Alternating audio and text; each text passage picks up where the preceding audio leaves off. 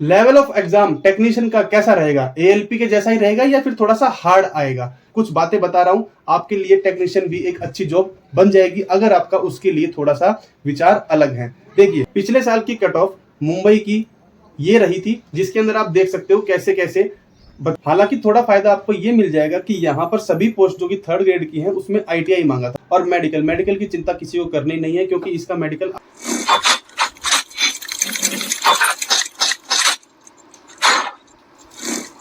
Hello दोस्तों, नमस्कार, स्वागत है आपका मेरे चैनल एएलपी रवि चौहान में।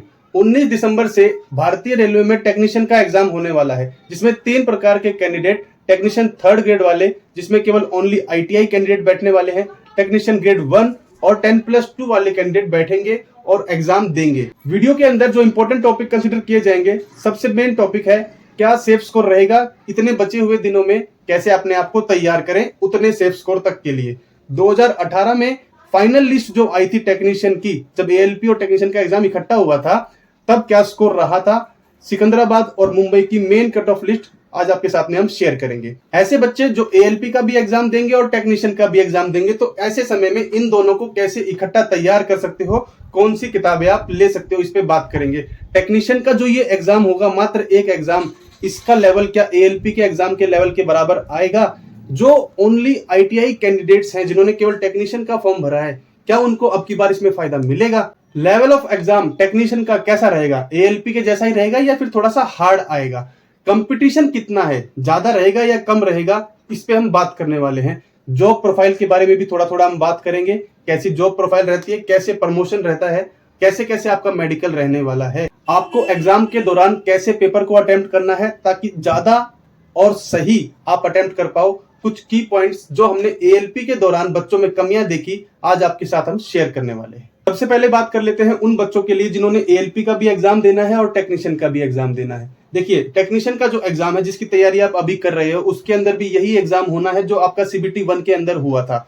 सेम मैथ रहेगा, सेम रीजनिंग रहने वाली, पर जो आपका सीबीटी 2 है, जो आप सिलेक्शन निर्धारित करेगा, उसके अंदर आउट ऑफ 100 पार्ट ए के अंदर अब घुस गया है बेसिक साइंस और इंजीनियरिंग, जिसके अंदर न्यूमेरिकल पोर्शन ज्यादा है। उसको पढ़ने के लिए आपको किताबें लेने पड़ेंगी। ये किताब आप ले सकते हो, इसके अंदर आपको इंजीनियरिंग ड्राइंग बहुत ही अच्छे से समझाया हुआ है, आप बहुत ही अच्छे से समझ भी जाएंगे, क्योंकि उसके अंदर 9 से 10 क्वेश्चन आपके इंजीनियरिंग ड्राइंग के आते हैं। याद रखिएगा, अगर मुझे क्वेश्चन पेपर मिले पुराने तो मैं आपके साथ में डिस्कस भी करूंगा, अपने टेलीग्राम चैनल पे भी डाल दूंगा। इस किताब के अंदर आप देखेंगे तो हर चैप्टर को बताया गया है, न्यूमेरिकल पोर्शन भी अच्छे से सॉल्व किए गए हैं, न्यूमेरिकल पोर्शन भी आते हैं और ज्यादातर वही आते हैं। तो आपकी जो कमजोरी है न्यूमेरिकल पोर्शन, उसको आपको स्ट्रॉन्ग करना ही पड़ेगा आपकी बार। तो ये किताबें लीजिए और फटाफट तैयार कीजिए अपने बेसिक साइंस को। ये तो रहा एएलपी वाले बच्चों की बात। पर अगर अभी आपका टेक्नीशियन का एग्जाम है तो वहां से ध्यान हटाइए और टेक्नीशियन की तरफ ध्यान लगाइए, क्योंकि ये एक बहुत अच्छी जॉब है। आपका ध्यान रहता है कि एएलपी में सैलरी अच्छी मिलती है, पर टेक्नीशियन में सैलरी कम मिलती है, तो आपको लगता है वो जॉब अच्छी है और ये जॉब बेकार है। दोस्तों, केवल एक फैक्टर को देख के आप किसी जॉब प्रोफाइल को जज नहीं कर सकते। मैं आपके मोटिवेशन के लिए आज से कुछ बातें बता रहा हूं, आपके लिए टेक्नीशियन भी एक अच्छी जॉब बन जाएगी अगर आपका उसके लिए थोड़ा सा विचार अलग है।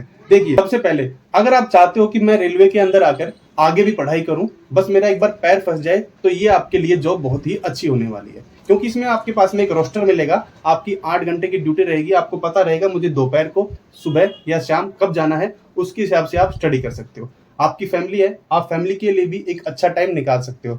आपको कोई प्लान करना है, घूमने जाना है इधर उधर थोड़ा बहुत, तो उसके लिए आपको दिक्कत नहीं है, आप अपने रोस्टर के हिसाब से उसको मूव कर सकते हो। जॉब सेफ्टी की बात करूं तो जॉब आपकी सेफ रहती है, इसमें रिस्क बहुत कम रहता है, रिस्पॉन्सिबिलिटीज भी कम रहती हैं एज कम्पेयर टू एएलपी। तो ये सारे फायदे हैं दोस्तों टेक्नीशियन की जॉब के लिए। मोटिवेट हो गए हो तो बात कर लेते हैं कि सेफ स्कोर क्या रहेगा, कैसे तैयारी कर सकते हो। देखिए, इसमें 3 प्रकार की जॉब प्रोफाइल आई है आपके पास में। एक तो 10+2 वाले बच्चे हैं, एक जो डिप्लोमा या ग्रेजुएट किए हुए हैं उनके लिए आया था आपका ग्रेड 1 का टेक्नीशियन का, और थर्ड ग्रेड के लिए जो ओनली आईटीआई कैंडिडेट्स हैं। पिछले साल की कट ऑफ मुंबई की ये रही थी, जिसके अंदर आप देख सकते हो कैसे कैसे बच्चों ने मार्क्स लिए थे। 2018 की कट ऑफ है, जहां पे एएलपी और टेक्नीशियन का एग्जाम हुआ था। वहां पर कैसे हुआ था, यहाँ पे तो अब की बार आपका केवल एकमात्र एग्जाम होना है। वहां पर तो पहले सीबीटी 1 हुआ, जिन्होंने वो क्वालिफाई किया, उसके बाद में उन्होंने सीबीटी 2 दिया। सीबीटी 2 में भी आपका पार्ट ए हुआ और पार्ट बी हुआ।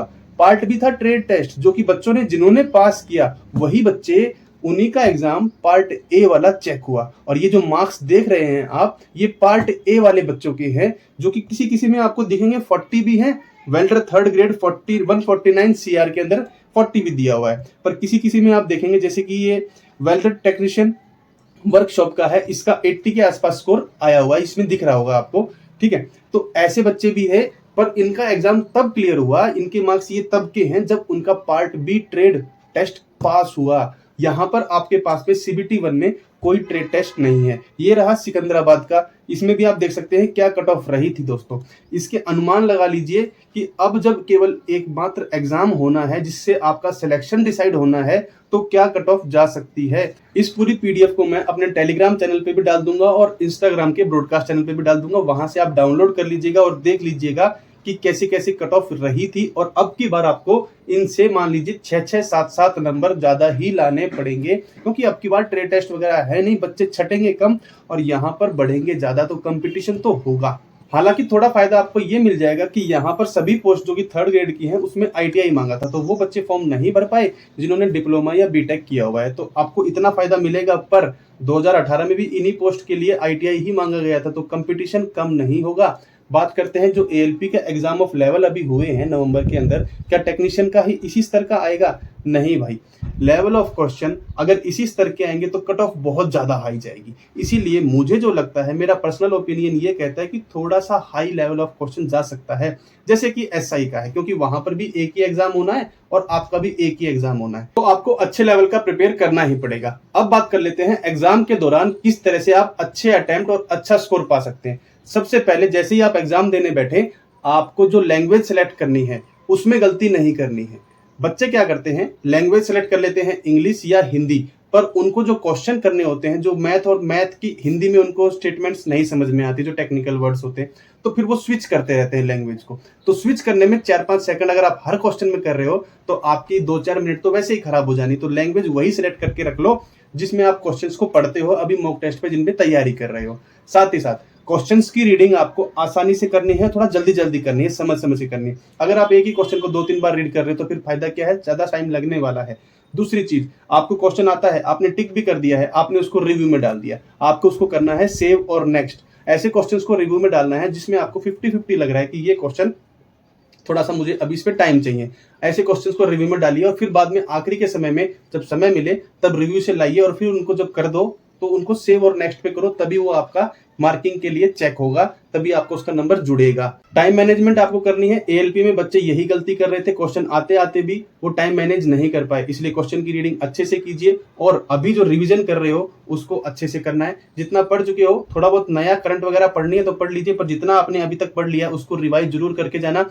रिविजन किए हुए बिना आपको क्वेश्चन वहां पर आप नहीं निकाल पाओगे दोस्तों। रिवीजन आखिरी मूल मंत्र रहता है किसी भी एग्जाम को पार करने के लिए। मॉक टेस्ट लगाओ, किसी का भी लगाओ, सुबह और शाम जरूर मॉक टेस्ट लगाओ और एनालिसिस करो कि मैं कहां से गलत हो रहा हूं। अब बात कर लेते हैं दोस्तों जॉब प्रोफाइल की। सबसे पहले होता है ग्रुप डी, उसके ऊपर होता है टेक्नीशियन थर्ड ग्रेड, फिर वो 2 साल के बाद प्रमोट होकर बनते हैं आपके टेक्नीशियन सेकंड ग्रेड, और फिर आपका ये ग्रेड 1 टेक्नीशियन जिसकी अलग से वैकेंसी भी निकलती है वो बनते हैं। तो अगर आप टेक्नीशियन थर्ड ग्रेड बन रहे हैं तो आप टेक्नीशियन फर्स्ट के लिए आपको करीबन 4 से 5 साल जरूर लगते हैं। तो जो बच्चे टेक्नीशियन फर्स्ट के लिए जा रहे हैं वो ये देखिए कि हम कहां से कितने लेवल पे जा रहे हैं, उसी हिसाब से तैयारी भी कीजिए। अब मैं टेक्नीशियन थर्ड ग्रेड को बता दूं कि कोई ग्रुप डी का कैंडिडेट 5 से 6 साल 7 साल लग जाते हैं उसको टेक्नीशियन थर्ड ग्रेड बनने के लिए रेलवे के अंदर, तो आप भी अपने 6 से 7 साल बचा रहे हो अगर आपका टेक्नीशियन थर्ड ग्रेड के अंदर एग्जाम हो रहा है तो।